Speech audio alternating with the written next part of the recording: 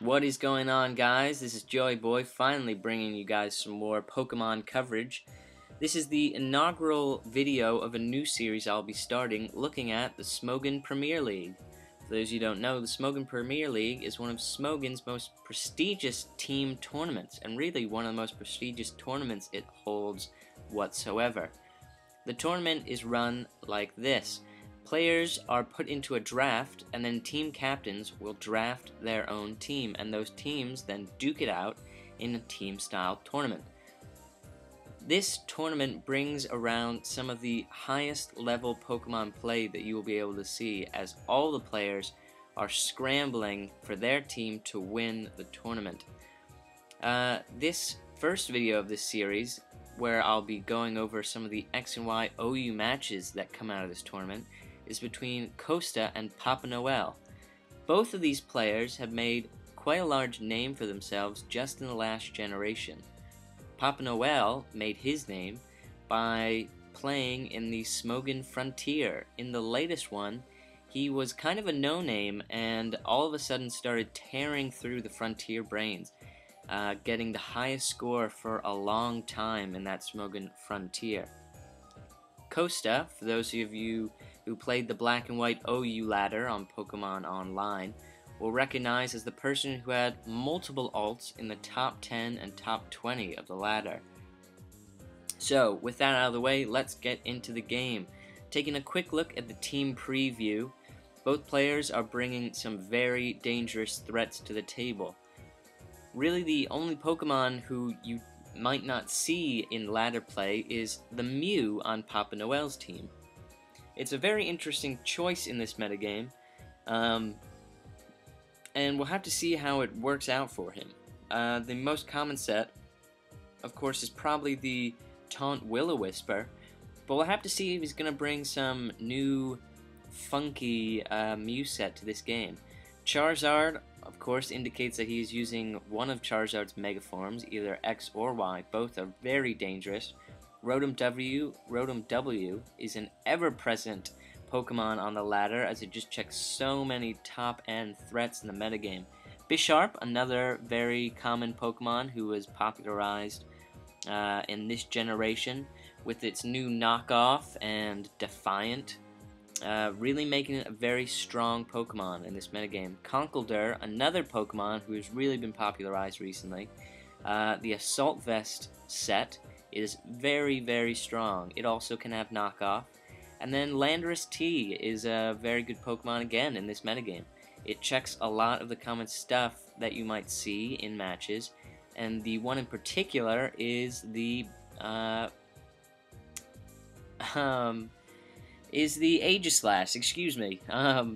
Aegislash that we see on Co5ta's team. Aegislash is an ever-present threat, and really needs to be dealt with on any kind of competitive team. Co5ta's team looks very solid as well. Hippowdon, serving kind of the same purpose as Landorus T might, a bulky ground-type Pokemon.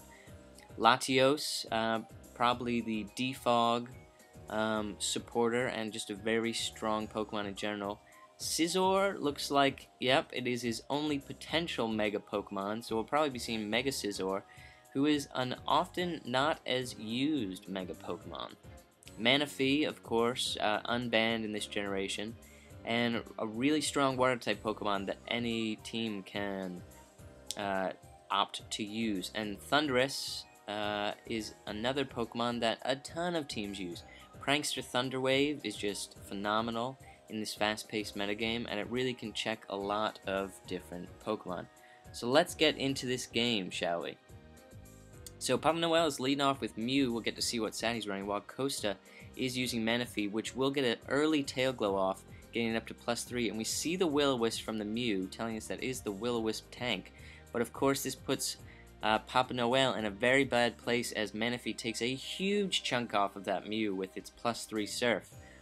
Manaphy, of course, is going to be able to easily take care of this Mew with a second Surf, as Mew just gets in some chip damage there. So there we go, the first blood is drawn very quickly in this game. Of course, X and Y OU is a very offensive metagame. We'll probably see maybe a Rotom W come in here. Oh, Bisharp. Okay, Bisharp is going to be able to revenge Manaphy, of course, with the Sucker Punch, as he does. Co5ta just deciding the Manaphy has done its job in this matchup, already taken out Mew. He's going to switch out to Hippowdon, an excellent choice.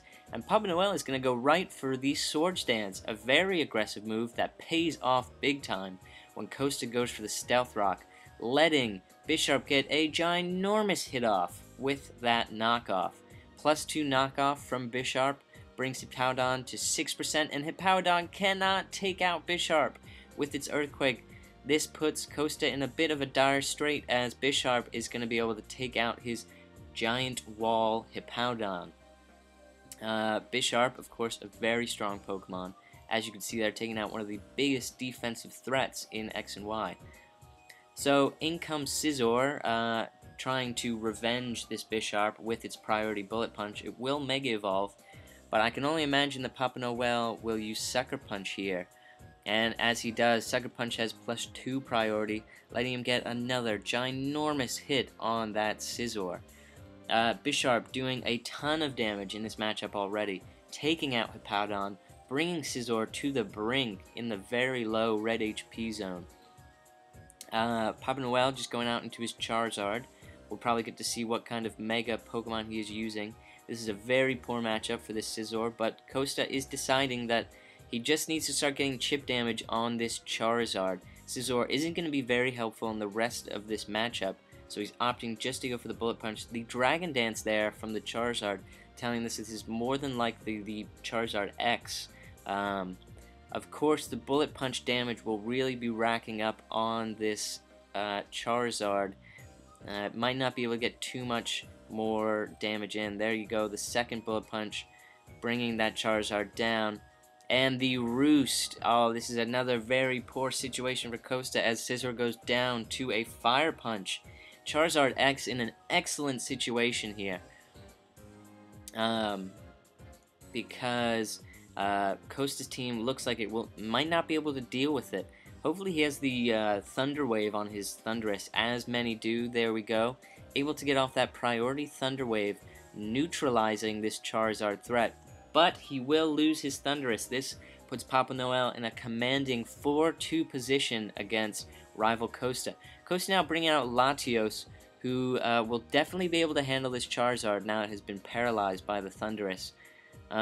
Reveals the Draco Meteor, bringing the Charizard down. Now we're in a 3-2 position. Probably going to go out into Conkeldurr here. If it is the common Assault Vest set, it will be able to deal with this -2 Latios. And nothing really wants to switch in on this Conkeldurr, especially if it has the knockoff, which many sets do carry. We'll see as Co5ta brings out his Aegislash, which it will get its leftovers knocked off and a big chunk taken off. Interesting play. Conkeldurr will be switched out against Aegislash, telling us that maybe it is not the Assault Vest, because if it is the Assault Vest, it might not have had to worry too much. It didn't have leftovers though. Excuse me. So, sorry, we missed those last few moves. Aegislash, so Conkeldurr was switched out, which is, I kind of want to call it a misplay. Conkeldurr looked like it was set up quite well there, especially if it had the Assault Vest.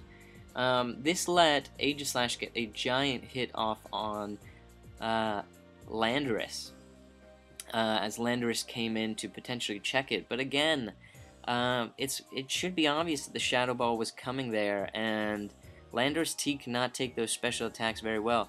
So, Co5ta gets a very, very solid switch in here, going into Latios on the predicted Earthquake. Of course, Papa Noel could not really afford to use anything except Earthquake in that matchup. And now Latios is able to hit that Landorus T with a Psyshock that is Life Orb boosted and will definitely take it out. This puts Papa Noel in just a terrible position. I thought he had this game here, but it doesn't look like his team will be able to break this Latios anymore. Rotom W, it's got a Will-O-Wisp and just Pain Split stall against this guy. It can really not take out Latios on its own, and of course we've already seen the Psyshock on the Latios, which will be able to take out the Conkeldurr. I think this game is all wrapped up in Co5ta's favor. A huge turn of events. I thought Papa Noel was in a ginormous lead to take this game. Of course, there's the Draco meter from Latios, all but putting the nail in the coffin on this game. Papa Noel's going to go out into Conkeldurr, but Co5ta can just switch out into Aegislash to get rid of this -2 on Latios, and we'll be able to take out Conkeldurr with Latios when it comes back in. So that's going to be this game, unless there's just a ton of crits or something. The odd play that I found in this match was where Conkeldurr switched out against Aegislash. It could have 2-hit KO'd with the knockoff, and we see there that Shadow Ball only does 35%. A odd turn of events. I think it was a big misplay when he switched out his Conkeldurr against the Aegislash. It really just gave all the momentum back to Co5ta's side. And here we go, Latios will be able to take out this Conkeldurr with the Psyshock. Mach Punch doing not enough damage. So there you go, a 1-0 victory for Co5ta. A very close game, and a game that I really think was Papa Noel's to lose.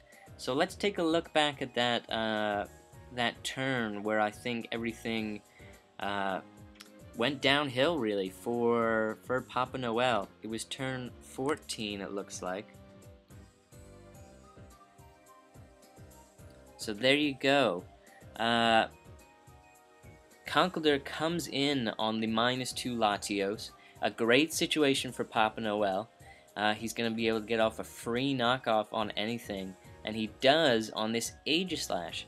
So we're going to see him use the knockoff, does 52%, and this is the odd move, because he could have just gone for knockoff again. The second knockoff we see later in the match does 35%. Excuse me, around 35%, and the Shadow Ball of Aegislash is going to do around 35% as well. So in this matchup, Conkeldurr is going to come out ahead. Where he switched out, I guess he knew Conkeldurr had to be healthy to take on the Latios, but if he could just bait out Draco Meteors, potentially from the Latios, he could have finished off Latios with Landorus T, unless of course he's not running U-turn on his Landorus T, which is a potentiality. It still seems like an odd move for me. Looking back, maybe I'm seeing why he switched out. He wanted his Conkeldurr to be as healthy as possible, but I really think him switching out gave the game to Co5ta. Co5ta didn't have to play around at all.